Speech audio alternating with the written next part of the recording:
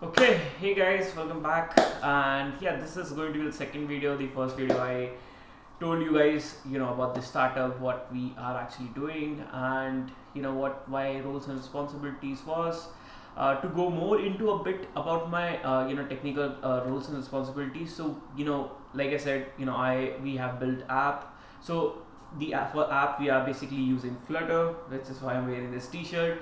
So yeah, we have used Flutter, and we are two people in the team which manage the Flutter app, and we have built it for Android and iOS.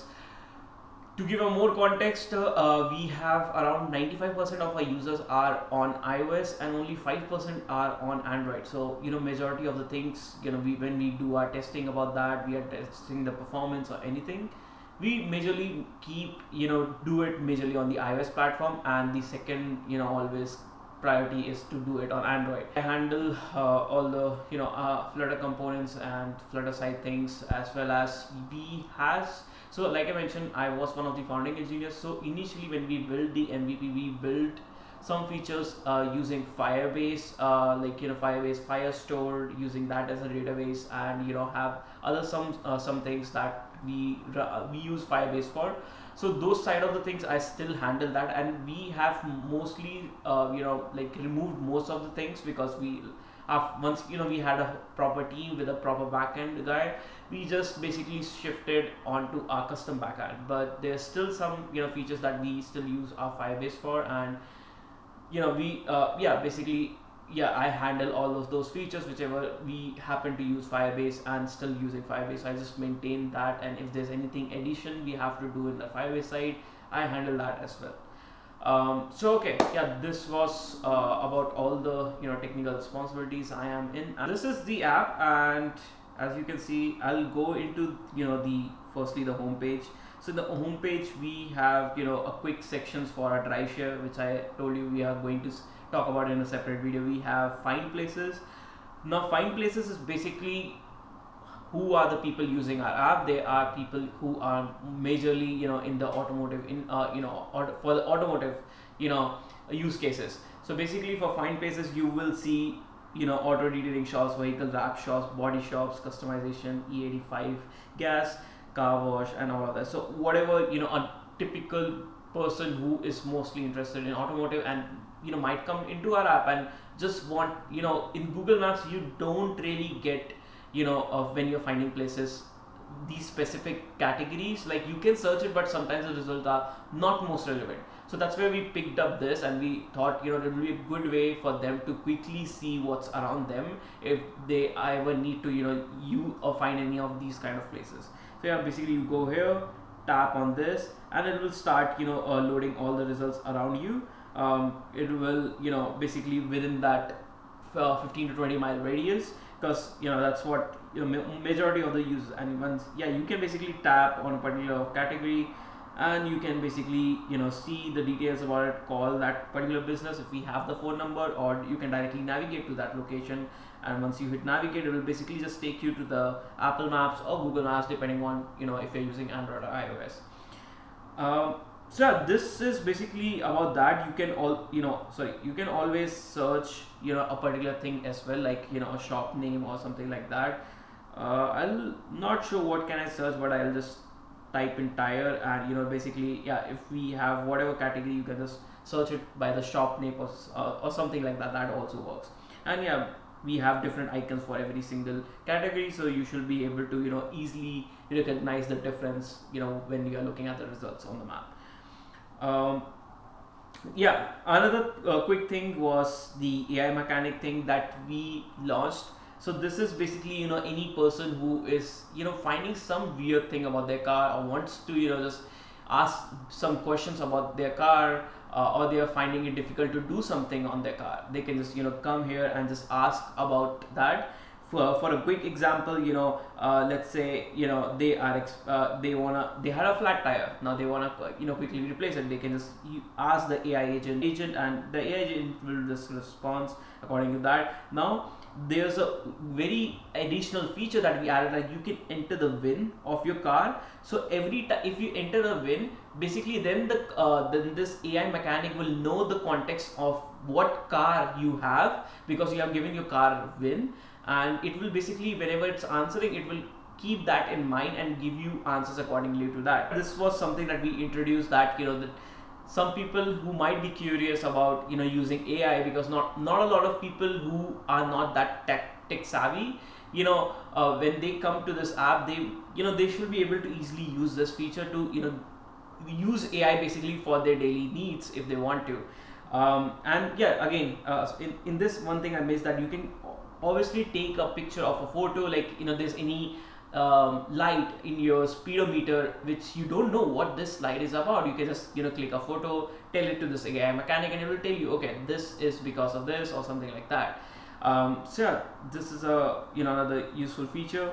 Now we have this sell event tickets. Now this is a whole section for the event organizer site, so I'm going to keep it separate in a separate video, so I'm not going to talk about much about this. Then we have a global chat room where any user can come in, whoever is in our app, and just say, hey, what's up, or anything. Mostly people come here to ask about any events happening, or they are talking about anything, which car do you guys like, or asking okay, I'm going to this event, anyone want to join me and drive together, or something like that. So this is just a global chat room where most of the people, and we even have users from Japan, Romania, and Australia, and we have been continuously doing some kind of optimizations for those countries as well. For an example, let me actually give you an example where we added a support for Japanese language, so you can basically switch to Japanese language, and you can see basically all the text will be converted into Japanese and all of that. So we added that support because one of the guy from Japan told us, I really want to use this app more. Can you guys add the Japanese language support in our app? I'm like, sure, why not? So we did that. So yeah, coming back to a global chat room, this is basically simple. You can respond to a message. You can whatever options you see on Instagram, basically, or direct messages, we have all those options, so that you guys feel the you are not, there's no difference, so that for most of the people it's just easier to navigate in the in this whole global chat room. And recently we just added a support where, let's say for example, a user asks if there's because, like I said, we noticed that a lot of the people, when they come to this global chat room, they will ask, what are the meets, what are the events happening in this area or that. So we just added an AI, basically bot, where it will detect if a person is trying to ask one of these messages, and it will go to our events database and will pull up the most closest events according to whatever the message that they have put up. So this was they asked like any meets tonight, any good meets tonight. We just pulled up whatever the meets were going to be of any coming days or any closest days, and just respond to that. For example, you can see in this, the person asked anything in LA tonight, and we just the AI just pulled up, okay, they are asking for anything that is happening in LA, and we just pulled up that information so that they can directly see in the global chat room, rather than a person responding to their message and waiting for that. AI will just recommend what are the events that were happening in LA, and will just respond with all of that. And yeah, so these are some features we realized down the path that this is a feature that the user might might like. We are continuing to improve this feature more, so that we can give more personalized recommendations to them. But yeah, this was it basically for the global chat room.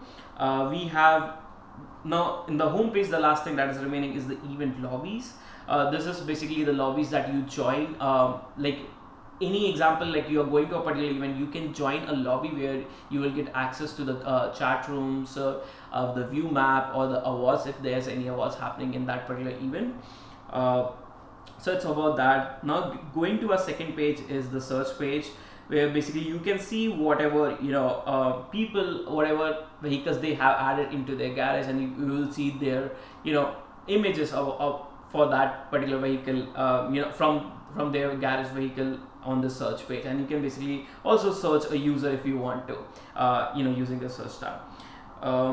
Now going to the events, which is the most particular page, which is one of the most used pages on our app, where you can come here and you can use this page to basically find out events, all the automotive events which we have separated into categories. For example, motorsports, track, classic, drive and rally, cars and coffee, shows, what is the most top. We also show what's the today's most viewed event, meets, and the featured events that we have, like which are all the organizers who are verified through our organization. They are basically having any events, so that's what we show.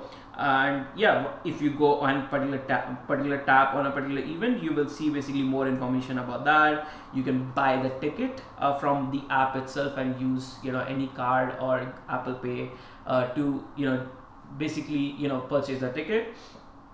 And yeah, you can basically, organizers can come and also even add event parking right before, so that there's no confusion for the people who are going to the meet or an event. They are confused about the parking, so they are able to add all this information directly in the app. They can also basically, the organizers can also add some featured people who are coming to the event. So that's what this is about, and mostly more about the event. So this is what I was talking about, the join lobby, where when you click on the join lobby button, then you basically can see what are all the members who are going to this event. Basically, you can explore the photo gallery. If someone has added an photo about your car on an event, you can go and see and look back on. You can look back on the event, photo gallery, and see if someone has posted your photo in the photo gallery. This could be very useful when we have photographers going to an event and they want to post photos that they might have taken about you, and you can easily go and go there and put the photo in this photo gallery. So yeah, basically a central place. Then we have our chat room, where right now no one has posted anything, but yeah, you can basically people can come here and ask questions about the event to the organizer directly itself, or can just talk about whoever is coming to the event, just can message, because anyone who is joining this lobby basically will also be subscribed to this chat room, so they can just talk about the event or have any other conversation about the event. And then yeah, we have the awards section. Now I cannot right now show you the awards because it's not a currently live event, so there will be only data if the awards were going on right now. So I'll just back out. And yeah, basically whenever you come to the event space, the events are already filtered according to your location. So let's say I am in San Francisco. Basically it will pull up all the information which is between a certain mile. Let me actually pull up the page so that I can easily show you. So we have set a custom miles, that how many miles of events it should pull up when we are seeing the events page, and we can basically customize it if we want to lower down the radius and all of that. So that is also possible. Yeah, so these were all the sections that we had in the app. We have also some things that like you can explore the orders, the marketplace, leaderboard, and in settings you can go and explore more. But I'll not make this video super long, so I'm going to keep this short.